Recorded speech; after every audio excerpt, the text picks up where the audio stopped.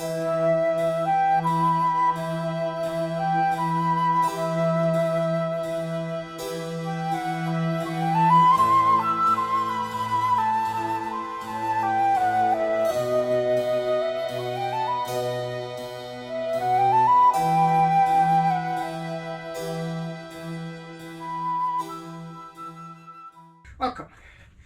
I want to talk about the class of graphs. I call them soft manifolds. They are finite simple graphs and they should model manifolds. So what is a manifold? A manifold is something which locally looks Euclidean.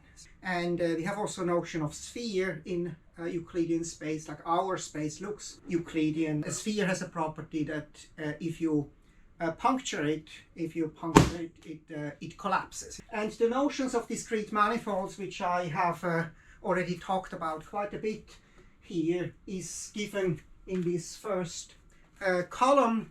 I like it because it's recursive. You can compute with it. You can implement that very easily with a computer.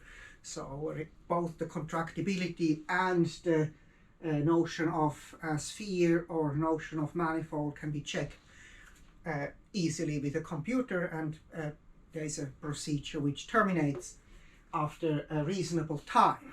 If you would say homotopic to one, for example, instead of contractible, that would be undecidable. You cannot decide, you cannot find an algorithm, write down a Turing machine which tells you from a graph whether it's homotopic to one or not, but contractibility you can do. So here we have a graph.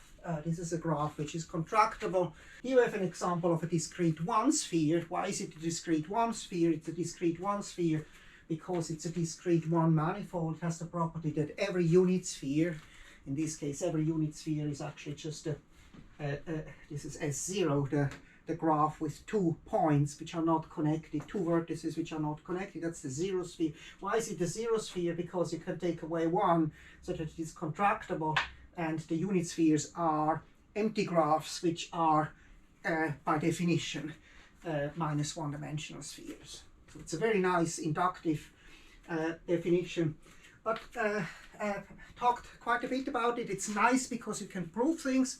There are theorems. I have a couple of theorems on my website about it, and you can also implement it on the computer very effectively. So these are 2 reasons why it's nice. And but there are problems with discrete manifolds. The most obvious problem, you lose symmetry. So you have here in general very, very low symmetry. Another issue is arithmetic incompatibility.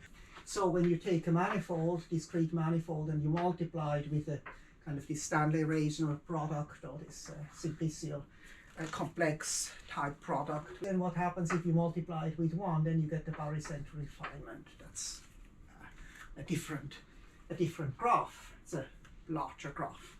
But it still bothers that you cannot multiply with the Shannon product, and the Shannon product is really the natural product. We like this Shannon ring. It has many nice properties. I talked about this last summer.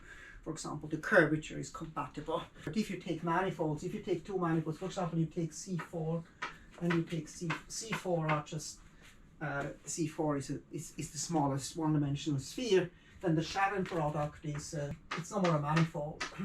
But if you look at the manifold in the real world, like this balloon, which is a latex structure, they're very complicated. If you look closely, you see, actually, you would maybe with an electron microscope, you would see even the molecules entangled, and so they are very complicated rubber type molecules entangled together. This is not a manifold. This is not a discrete manifold. If you look at the atoms, they are not nice triangulation. This is a messy thing.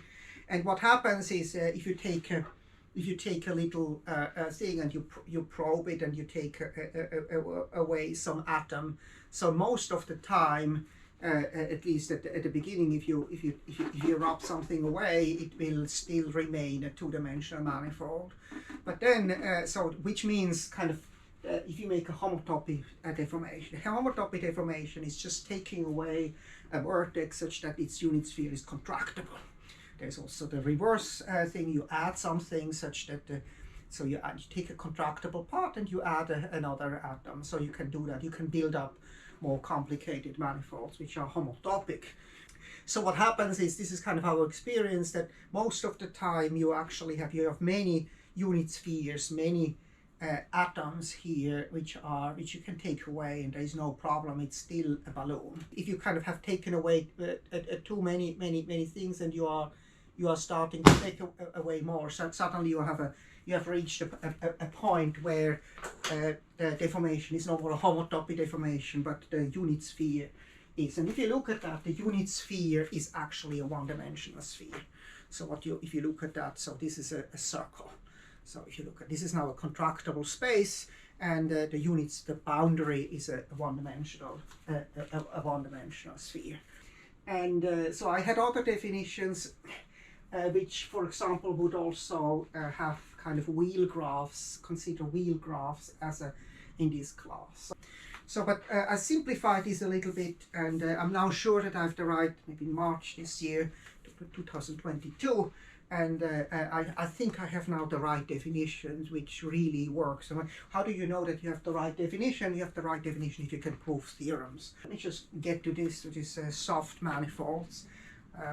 Maybe I wanted to call it Beatrice-Rips manifolds, but it's already a loaded thing, and usually all these topics are loaded from topological data analysis, which are really using Euclidean space to kind of a framework which uses Euclidean space and not just discrete mathematics. So what we do is kind of, the definition is very similar to the definition before. So first of all, contractibility is the same notion, but it's every unit sphere. Now we insist that every unit sphere is either contractible or a d-1 soft sphere. And then we say also what is a soft sphere. A soft sphere is a soft d-manifold, but what has to happen is that you can, of course, if you have this possibility that you have some vertices which have contractible unit spheres, you can take them away. So you can reduce it until you have no more a point which is a contractible unit sphere. That's what I call reduced. And in this case, in the reduced case, every unit sphere should be a soft d-1 sphere. So that's the definition. If you take the graph complements of C8, the graph complement of C8, so the cyclic graph with 8 elements, you take the complement, what you get is a homotopy 2-sphere. I call this homotopy 2-sphere, but it's actually a soft 2-sphere. So what it is, it has all the unit spheres are house graphs. So these are house graphs. In this case, this is a house graph which I have drawn here.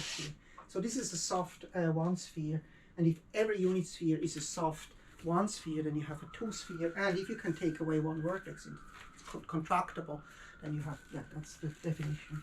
So C8 complement, the complement of C8 is an example, and actually there are many of these graph complements of cyclic graphs. I wrote about this in the winter of 2021, are actually spheres.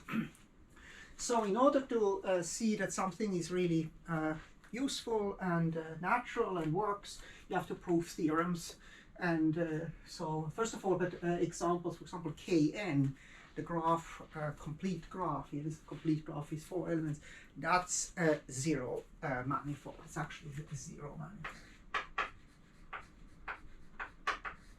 Why? Because you can take away one vertex, and then you have a triangle. You take away now, you have K3, K2, K1, and K1 by definition is a zero manifold. These are nice graphs. So if you take C4 and you take all the complete subgraphs as vertices, then you can form the barycentric refinement. The barycentric refinement has then also the edges as vertices, and you connect two if one is contained in the other. So that's actually the barycentric refinement, which is C8. But then in the connection graph, you don't take just the subset relation, but you take the intersection relation. If you take the intersection relation, they are getting connected like that, and then you have this graph here that's the same than this. So this is C4 prime, which is the connection graph, which has very nice properties. So we live in a three-dimensional space. All experience shows this, but we don't know what happens in the very small and honest, academic honest things. We don't know what actually is, but we know that there are some points. If you make measurements, there are some points which are, if they are close enough to each other, then they are identified because we cannot resolve them. And also when you do a computer algebra thing, and you take say you take a computer algebra and you take numbers, real numbers, floating point numbers, if they are close enough, you identify them. The Wn here, this is a wheel graph. That's not a manifold in our sense. The reason is, so it's true that every point has either a contractible unit sphere or then a sphere. So these are obviously not this is for obvious reasons not a manifold, because the unit sphere of this point is 4 points, 4 disjoint points, which is not a sphere. So yes, one of the things where I really got excited about is that you have this invariance under multiplication. If you take the Shannon product, then and what you have to show is that if you take the Shannon product, you have to actually show that the unit sphere of the product is again a sphere. It's actually homotopy equivalent to a join of two spheres, and that's the lemma which you show first, that the join of two spheres this type is still a sphere. K sphere joined with the L sphere is K plus L plus 1 sphere, and so that still works. And then you can talk about this maybe another time. The result here gives you nice ways to construct a kind of more complicated manifold. For example, you take this and you multiply it with Kn, and what actually happens is at every point essentially you attach a Kn. You can also do that locally. Take a point, so take a graph here. So for example, take a graph here. So take a graph like Cn, and so you replace this with a complete graph. And you do all the connections also, of course. So you just replace one node with a complete graph. That is still a zero sphere. So this is a soft zero sphere. Soft one sphere. So, but the claim is that I can do that within the class, within this class here, and actually solve one of these problems. One of these problems is the homotopy rigidity problem, which I didn't actually talk about. So this is also a problem. If you take a manifold, you cannot do a homotopy deformation to stay in the manifold. If I do that and take one vertex away, then by definition I actually have a unit sphere which is a sphere, so I cannot take it away. This is a change of the topology, and so that's not possible. And you can also not add something if I'm add. So you cannot kind of. You have also no notion of homeomorphism. While here we have a notion of homomorphism, we are softer, so we can deform things without going out of the class of manifolds. So within the manifolds, we will be able to deform this. Of course, there are other deformations which you have for manifolds, like edge refinements, but these are not homotopies in our sense, or barycentric refinements. So if you insist on having these homotopy deformations, which we are kind of restricting to this Morse buildup of the manifold, then this is rigid, and this is no more rigid. So actually, what I think is every manifold of the same, if they have the same geometric realizations, and they are diffeomorphic, so then it should be possible to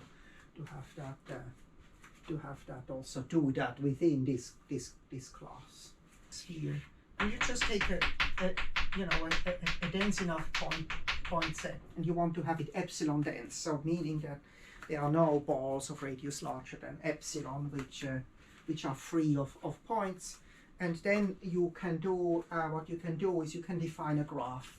So for simplicity, I just took one example here, so something which grows less, this shrinks less fast than epsilon, square root of epsilon, and you connect everything. So you connect So what you have is for small epsilon, you have lots and lots of points in every epsilon neighborhood. So that's kind of typically if you measure out space, what you do is you just take lots of points, you measure it out, and then you look at you identify points which are close enough, smaller than your measurement accuracy. A beautiful example, maybe I show that also virtually, and then you get what is still a soft manifold in this sense, but it's no more a discrete manifold. Okay, I will maybe come back to this another time. There's still a lot of work to be done, but I'm pretty sure now that the definitions are solid. The definition is good, and the theorems also start to line up. That's it.